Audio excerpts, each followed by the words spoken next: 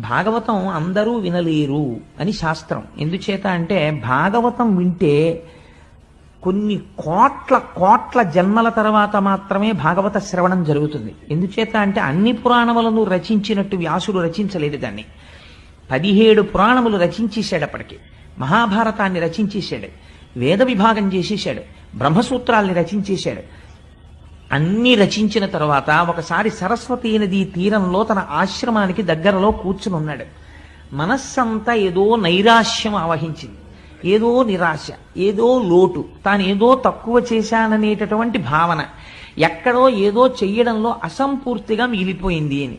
నారదుడు వచ్చి ఒక మాట చెప్పాడు, వ్యాస, నీ మనస్సు ఎందుకు అసంతృప్తితో లోటుతో ఉన్నదో తెలుసా? కృష్ణ భక్తుల యొక్క చరిత్రని, ఈ ప్రపంచమంతా ఎలా పరిఢవిల్లుతోందో, ఈ విశ్వము ఎలా సృష్టింపబడిందో, పంచభూతములు ఎలా